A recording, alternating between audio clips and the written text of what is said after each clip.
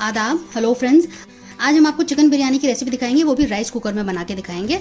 बिरयानी की मैंने बहुत सारी रेसिपीज डाली हुई है, बहुत तरह की बिरयानी मैंने बनाई हुई है, लेकिन राइस कुकर में मैंने ये दूसरी बार तैयार किया है, तो उसका वीडियो मैंने आपको बना के डाला है। तो आप ये देख सकते हैं बिरयानी की। अगर आपको और भी रेसिपीज देखनी है, सोफियानी बिरयानी, कराची बिरयानी, तंदूरी बिरयानी, जितनी भी तरह की बिरयानी मैंने सब डाली हुई है, आप देख सकते हैं, ट्राई कर सकते हैं। पूरी मेरी एक प्ले लिस्ट है। वेज बिरयानी की अलग प्ले लिस्ट है और नॉन वेज बिरयानी की प्ले लिस्ट अलग है। तो मैंने राइस कुकर की भी बहुत सारी रेसिपीज डाली हैं, आप वो भी चेक कर सकते हैं।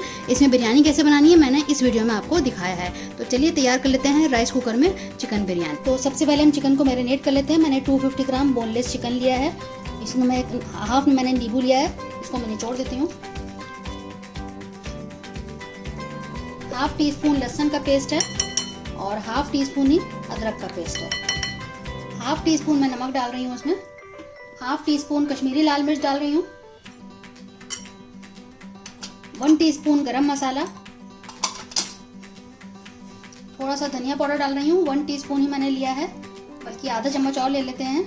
और जो लाल मिर्च है वो भी मैं 3/4 चम्मच ले रही हूँ। अब इन सारे मसालों को मिला देते हैं और चुटकी भर मैंने हल्दी लिया है, तो इसमें मिला देते हैं। थोड़ा सा मैं दही भी डालूंगी इसमें। 1/4 कप मैं इसमें दही डाल रही हूँ। अब इसको भी मिक्स कर देते हैं। 10 मिनट के लिए इसको मैरिनेशन के लिए छोड़ देते हैं। अगर आपके पास टाइम हो तो आधा घंटा या 1 घंटा छोड़ दिएगा, लेकिन मैं इसको अभी 10 मिनट छोड़ के फिर मैं आपको दिखाती हूँ कि किस तरह से राइस कुकर में हम चिकन बिरयानी तैयार करते हैं। बहुत आसान है राइस कुकर में बनाना। मैंने राइस कुकर में बहुत सारी रेसिपी बना के डाली हुई हैं, आप चेक कर सकते हैं।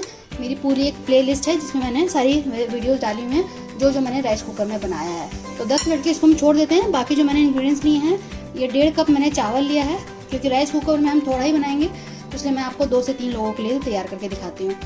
तो ये 1.5 कप बासमती चावल है, इसको मैंने भिगो दिया है। आधे घंटे के लिए इसको हम भिगो देंगे। जब तक ये आधे घंटे भीग रहा है, 10 मिनट इसके लिए इसको भिगोते हैं। उसके बाद हम कुकिंग प्रोसेस स्टार्ट कर लेंगे। मैंने राइस कुकर ऑन कर दिया। अब इसमें सबसे पहले मैं ऑयल डालूंगी। तेल हम गर्म होने देते हैं, 1 मिनट लगेगा गर्म होने में। तेल गर्म हो गया। सबसे पहले हम इसमें 1 टीस्पून में जीरा डाल रही हूँ। इसको कड़कने देते हैं।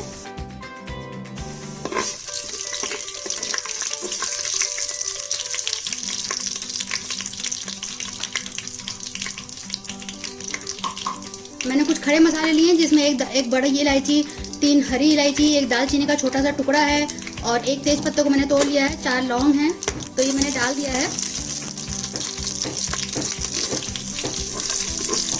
इसको भी आधा मिनट भून लेते हैं। साथ में मैं हरी मिर्च भी डाल रही हूँ। 2 मैंने हरी मिर्च ली हैं, उनको बीच में से काट के मैं डाल देती हूँ। इस तरह से मैंने चीर लिया है।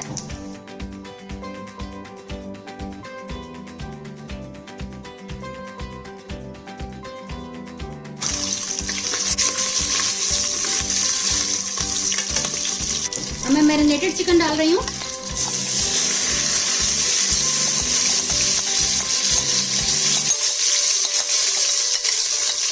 इसमें थोड़ा सा मसाला लगा हुआ है, फिर थोड़ा सा पानी डाल के मैं सारा डाल दूंगी। पहले इसको मिक्स कर देते हैं।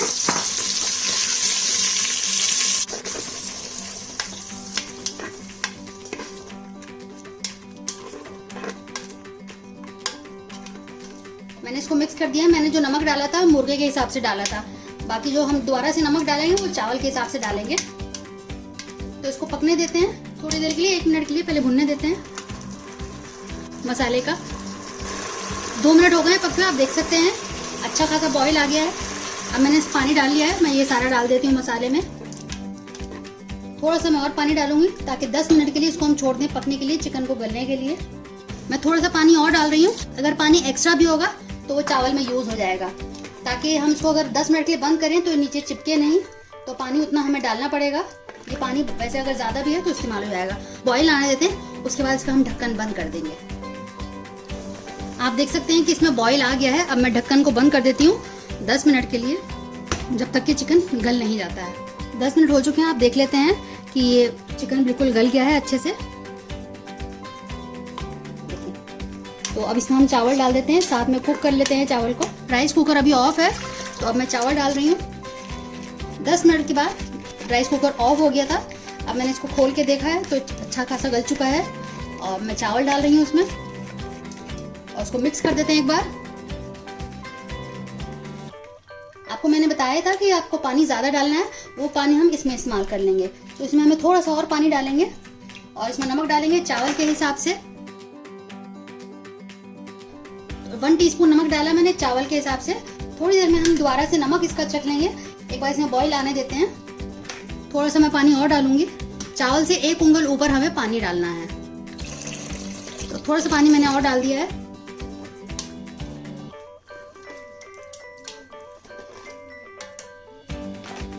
एक बार बॉईल का इंतजार कर लेते हैं। बॉईल आ गया है, इसमें मैं नमक चख लेती हूँ थोड़ा सा, अगर जरूरत होगी तो मैं और डाल दूंगी। जब नमक चखें तो इस स्टेज पे थोड़ा सा ज़्यादा लगना चाहिए, तो नमक मैंने भी चखा थोड़ा सा इस वक्त ज़्यादा है। तो जब ये चावल बड़ा फूल जाएगा और पानी सूख जाएगा तो वो बैलेंस में आ जाएगा। मैं इसको बंद कर रही हूँ, इसमें हमें किसी चीज़ की डालने की ज़रूरत नहीं है।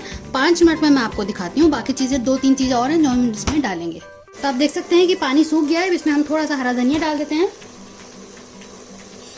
थोड़ी सी मैं लाल प्याज डाल रही हूँ और इसको फिर दोबारा से मैं बंद कर देती हूँ और फिर मैं आपको आखिर में दिखाती हूँ। आप इस स्टेज पे रंग डालना चाहें फूड कलर तो वो भी डाल सकते हैं, लेकिन मैं नहीं डाल रही हूँ क्योंकि घर के इस्तेमाल के लिए और बच्चों को मैं फूड कलर बिल्कुल देना नहीं चाहती हूँ, तो इसलिए मैंने इसमें फूड कलर नहीं डाला, वो बिल्कुल ऑप्शनल है। देख सकते हैं कि बिरयानी पक गई है और ये वापस वार्म पे आ गया है। अब 10 मिनट के लिए मैं इसको ऐसे ही छोड़ देती हूँ और फिर 10 मिनट में आपको इसका लुक दिखाती हूँ। तो मैं आपको अब खोल के दिखा देती हूँ कि 10 मिनट बाद मैंने इसको खोला है। आप देख सकते हैं कितनी बढ़िया से तैयार हो गई बिरयानी। चावल भी देखिए कितना खिला खिला तैयार हुआ है, बिल्कुल भी दबा नहीं है। अब मैं आखिर में इसमें 1 चम्मच घी डालूंगी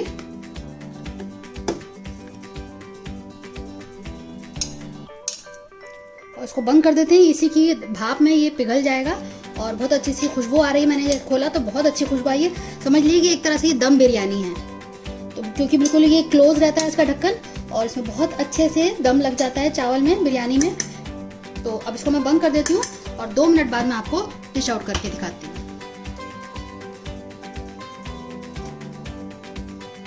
तो अगर आपको हमारी ये रेसिपी पसंद आए तो नीचे लाइक बटन जरूर दबाइएगा।